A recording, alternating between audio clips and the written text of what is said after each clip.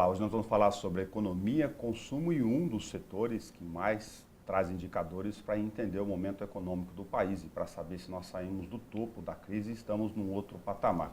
Por isso estão conosco no encontro regional aqui no centro do estado de São Paulo, o diretor da regional da Associação Paulista de Supermercados, a APAS, o Ayrton Burgos, e o vice-presidente da associação, Renato Martins, para conversar conosco. Sejam bem-vindos à Rádio e à TV Câmara.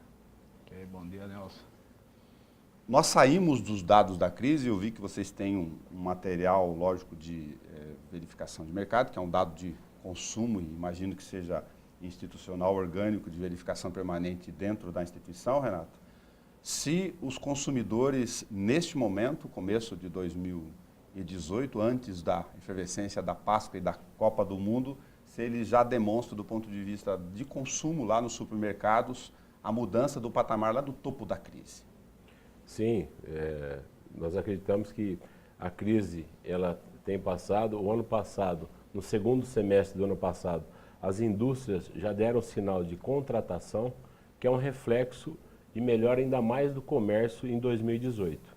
Eu digo isso por conta que o nosso setor de supermercado, ele é o último a sentir uma crise e o primeiro a se recuperar. Então, nesse período de crise, de desaceleração da economia, há uma preparação, há uma criatividade do setor, uma inovação em tentar segurar e manter o equilíbrio das suas despesas, consequentemente o seu faturamento. Esse desafio vai com uma migração de marcas por parte do consumidor, produtos mais baratos, com embalagens menores, tipos de carne, consumo, enfim, é um grande desafio para nós. Você fala que é o último a sentir a crise, é porque obviamente você tem a ponta primeiro do desemprego e depois em sua escala até chegar lá na gôndola do supermercado. O pessoal sempre brinca, fala, para supermercado não tem crise. Tem crise também, sim. Nós temos uma desaceleração, uma queda de faturamento, então a gente fala uma realidade. É o último a sentir, o primeiro a se recuperar. Mas essa desaceleração da economia e a aceleração agora nos estimula muito, muito bem. Nós temos números agora que a feira para esse ano já é um sucesso. Ela já está praticamente, ela já está fechada, mas ela está fechada desde novembro de 2017, sem espaço nenhum mais para expositores. Isso reflete aqui no interior também, Ayrton?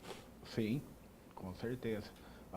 Nós viemos aí de 2 anos de recessão, agora começamos aí a melhorar, janeiro e fevereiro já tivemos números melhores, o consumidor já está melhorando os produtos que ele tem consumido, ele está voltando a consumir produtos melhores e isso aí devagar vai retomando, vai sendo melhor. Inclusive, com uma deflação que nós tivemos, acaba acontecendo que à frente o Banco Central ele está pensando até em diminuir mais a taxa de juros.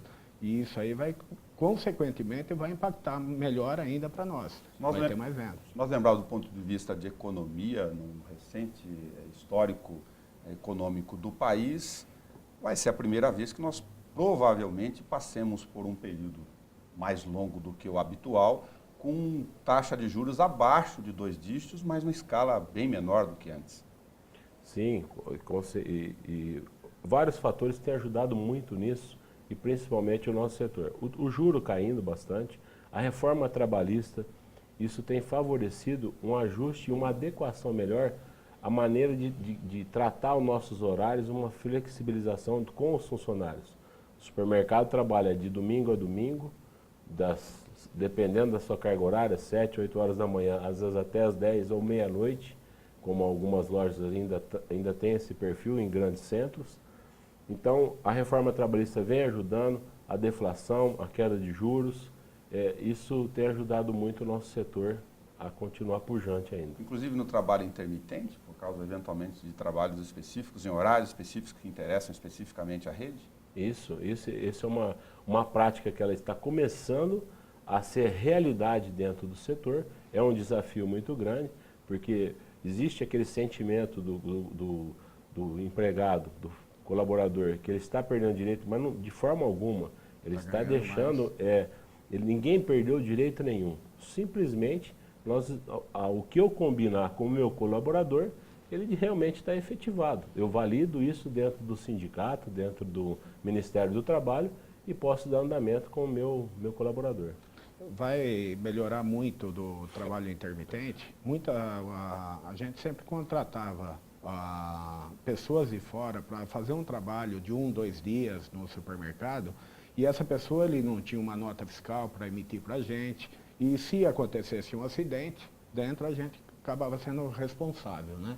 Então o trabalho intermitente vai melhorar muito que essas pessoas a gente pode ter ele na folha de pagamento nossa e você usar ele 1, 2 dias no mês e tá lá, ter todas as suas obrigações aí, os direitos atribuídos a ele, vai ficar muito bom para o setor. Aliás, todos os setores. Você imagina o nosso quadro de funcionário, eu ter que adequar, nós temos picos de venda, dias e semanas de movimento maiores. Então, se eu olhar o nosso maior faturamento, hoje o domingo, ele é o segundo melhor dia de faturamento do dia da semana no setor supermercadista.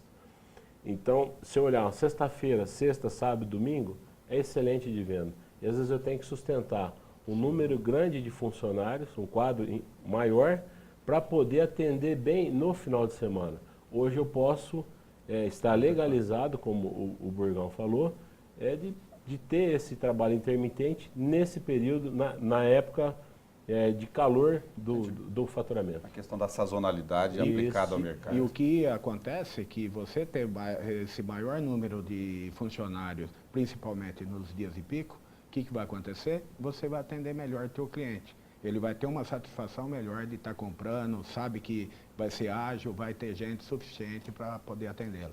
Nato, a gente fala da questão dos dados em relação à modificação de consumo, lógico, procura de marcas, um salário e o poder de renda durante a crise muito menor, demissão e o consumidor tendo que escolher para poder comer no dia a dia. Mas e do lado das redes, se esse tipo de crise dos dados de vocês, da experiência, também mudou o comportamento ou relação de negociação de mercado, se eles apertaram algum tipo de margem, se os fabricantes também tiveram que mudar as suas estratégias do ponto de vista de composição de preços, já que o consumidor que estava lá de cá, no pico da crise, por questão óbvia, não tinha a mesma condição de comprar aquele produto. Não, sim, isso aí vem um ajuste da indústria, às vezes ela tinha um portfólio muito grande de itens, ele enxugou um pouquinho para concentrar a produção em itens de curva A de venda, consequentemente isso nós também, já vem do supermercado, compra menos porque o consumidor diminui um pouco o mix e faz um investimento melhor, uma aplicação melhor nos itens da curva A de venda. Então isso também é menos dinheiro no estoque e um giro maior de produto e a indústria também se adequando a isso. Como hoje nos bastidores a gente conversando até sobre a gramagem dos produtos, né? As indústrias às vezes começam a diminuir isso, não compete a gente essa regra, né? Isso nós só comercializamos isso, que é com relação às embalagens. Claro. Né? Vão se adequando, às vezes para não dar um repasse de preço, diminui a gramagem para o consumidor continuar consumindo ali o produto que ele estava acostumado. Estão apertando o cinto. Fica um preço menor na gôndola, assim o consumidor ele tem uma visibilidade melhor e ele sabe o que cabe no bolso dele, né? Eu comentei com vocês fora do ar aqui, não em função da crise, mas acho que é um posicionamento da questão de regulação de marcas e quantidades e embalagens de diversos produtos em mais de uma frente no Brasil, desde o sorvete até o papel higiênico, de redução de quantidades, isso do ponto de vista da relação do consumidor. A gente estava falando no Dia do Consumidor, que a gente está gravando essa semana aqui com a representante em Bauru, e isso é uma insatisfação em relação a muitas marcas. Como supermercadistas, como vocês veem essa questão no Brasil? Fala, Bruno. Deveria ter uma regulamentação, sim, porque algumas empresas elas diminuem o tamanho da embalagem, a quantidade dentro, e no fim ela diminui 20% a embalagem e o preço não cai 20%. Então deveria sim ter uma legislação, alguma coisa que cuidasse disso aí, para que não ficasse à mercê da indústria. Aí ela simplesmente diminuía a hora que ela quer. Deveria sim. A questão das quantidades em relação aos produtos é lógico que interfere diretamente em escala para a indústria, porque ela usa muito menos matéria-prima para ter o mesmo faturamento. Né? Exato. A questão da Páscoa, Renato, como vocês veem essas datas em específico, a gente sempre conversa sazonalmente com vocês em relação ao Dia das Mães, enfim, a preparação natural do setor, e a que está agora na nossa agenda em cima do calendário é a Páscoa. A Páscoa ela é a segunda melhor época de faturamento para o setor supermercadista. A primeira é o dezembro, é o final de ano, 2 salários, 13º, a economia crescida, muito mais dinheiro no negócio, mas a Páscoa em volume de faturamento, sim, ela é interessante. Nós temos uma venda forte de produtos com valor agregado alto, como azeites, azeitonas, bacalhau, peixes, ovos de Páscoa, chocolate. Existe uma tradição, né, da Páscoa. Então, nesse período, ele é um período muito interessante para nós. O setor nosso ele tem cada vez mais inovado, preparado as suas gôndolas, uma exposição melhor. E uma das coisas que tem funcionado bastante, a gente tem visto a prática disso dentro do setor, é degustação de alguns produtos. Isso impulsiona e ajuda muito o consumidor sabendo que ele está comprando, isso impulsiona a venda.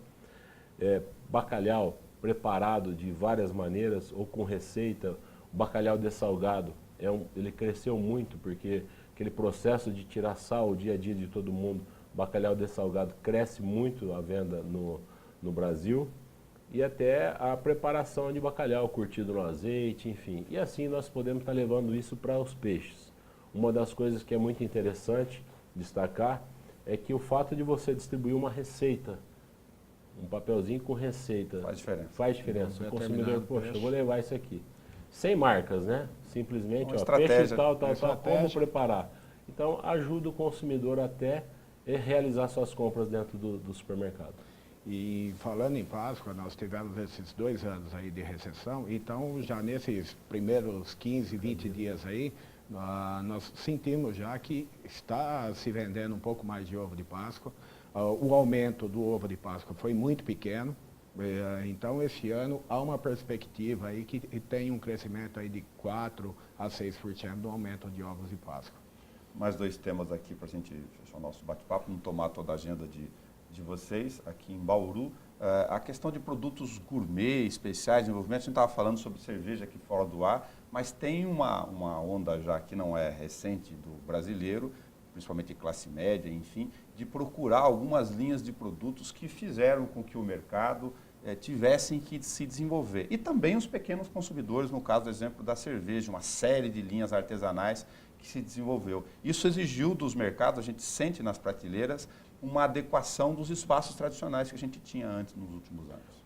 A gente vê uma participação muito grande. Se a gente olhar algumas linhas, partindo desde os alimentos básicos até a linha gourmet, mesmo as pessoas que não tenham rejeição à lactose, consumindo produtos sem lactose, produtos sem glúten.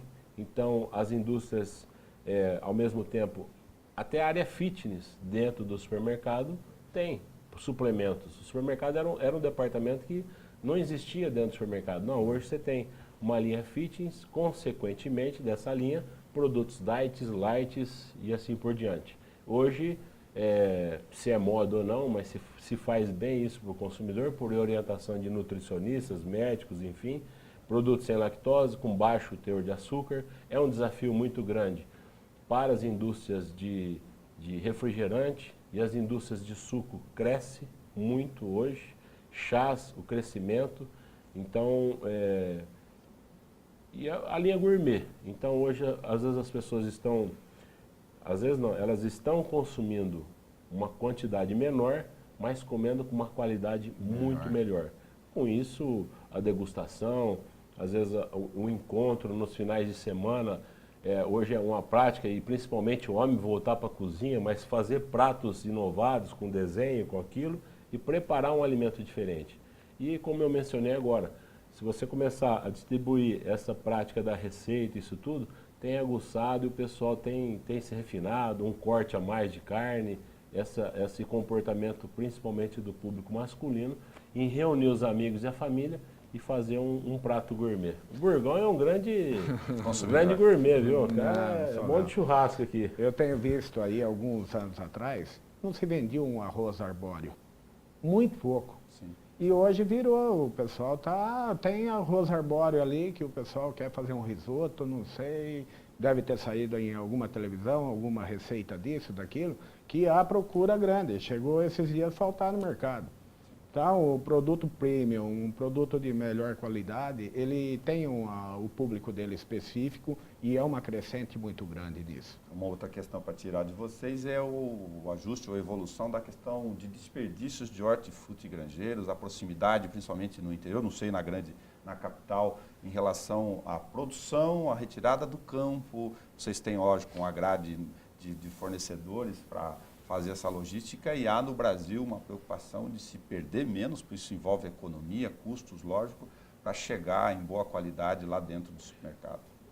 Vamos analisar duas vertentes, mas que acaba chegando no fator principal, que é a diminuição do desperdício. Hoje, nos lares, o número de pessoas por família já é uma realidade de muitos anos atrás. E hoje até pessoas morando sozinhas. Sim. Então, uma coisa que tem crescido muito, tanto em grandes centros quanto no interior, em cidades pequenas, é os alimentos processados e principalmente no hortifruti. Então, é um desafio nosso preparar, corta o coração mesmo para a gente, que nós somos gestores, somos donos do negócio, ver às vezes um desperdício jogar o alimento fora. Mas aquele alimento que ele tem um machucado numa fruta, um negócio que às vezes o consumidor não vai levar, então você processa aquilo, faz uma salada de fruta, rala uma beterraba, enfim, deixa um mix de yakisoba, mix de salada, tudo pronto. E o consumidor ganha credibilidade nisso, com todo um processo de higiene, através de escola APAS também nós temos toda a orientação e curso nas regionais, para essa orientação, para preparar os alimentos. Então, uma coisa que não está na nossa pauta, só gostaria de mencionar, a APAS, além de toda essa parte comercial, ela dá toda a estrutura através da sua escola APAS em todos os processos de orientação nos seus cursos. Esses cursos acontecem, no mínimo 2 cursos nas regionais por mês, então uma dinâmica muito grande de uma preparação, de uma qualificação da mão de obra. Porque o nosso setor hoje ele é a porta de entrada do emprego. É um setor que ele recebe a pessoa que não tem especialidade nenhuma e ali ela vai preparando e vai crescendo. Então, nós temos todo esse trabalho a ser feito e desempenhado. Então, só para chegar nessa parte do desperdício e fechando isso, é uma coisa que está muito forte hoje com relação ao desperdício dos alimentos. Os 2 primeiros empregos foram supermercados. Isso envolve a questão de reaproveitamento que ele está comentando, em escala daquilo que o produtor, principalmente nesses frutas, legumes, não aproveitaria lá na distribuição. A perda do hortifruti hoje é muito grande, mas dá para você reduzir ela dentro do supermercado, fazendo esse reaproveitamento. E até tirando da gôndola antes desse produto ele ficar ruim. Então, se você tem uma rotisserie lá dentro do supermercado, você faz aí o mix de produto aí, embalagens pequenas, e o consumidor acaba levando e pronto, né? Chega em casa, já pega a salada pronta, isso, aqui, e acaba fazendo. Muito legal. Diminui bem. Agradecer a visita de vocês. Aqui como último item, vou lembrar, ontem eu corri no mercado porque eu recebi no aplicativo uma promoção de vinhos de todas as naturezas de 50% a 70% de desconto. Esse tipo de estratégia com o uso de relação eletrônica, né, tecnológica com o consumidor, também criou uma outra estratégia dentro do supermercado que há alguns anos não era tão aproveitado. O e-commerce, além do aplicativo de estar te oferecendo uma oferta direcionada para você, porque ele enxerga que você é um consumidor desse tipo de produto, não adianta mandar uma promoção de fralda para você, né? Não mandar, não, o Nelson é um grande consumidor de vinho, mandar o vinho para ele, pronto, certeza que você vai até comprar. E o e-commerce tem crescido muito, isso facilitando uma ferramenta na retaguarda que nos ajuda a monitorar esse consumidor. O tipo de perfil está lá, tem dados na mão. Sim, ele sabe todo o perfil de compra seu, então ele vai direcionar e fazer com que você realmente vá ao supermercado. E você tem o prazer de comprar mais barato, porque você sabe que um vinho custa R$100, 80, não adianta mandar uma propaganda enganosa lá que você tem a percepção de preço daquilo lá, você não vai comprar. Então você vai, se for uma propaganda realmente sincera, vai fazer com que você vá até a loja e compre o produto. Obrigado ao Renato Martins, vice-presidente da APAS. Muito obrigado pela oportunidade. Burgos, diretor regional aqui em Bauru. Obrigado pela oportunidade e sempre que precisar aí da gente, alguma comunicação da APAS aí, a gente está aqui disposto aí a ajudar o setor. Muito obrigado. Você encontra essa entrevista na íntegra na página da TV Câmara no YouTube. É só digitar em vídeos que você vai assistir a hora que você quiser. A gente precisa também disponibilizar tecnologia para que você possa acompanhar de acordo com o seu hábito no dia a dia. Até o nosso próximo encontro.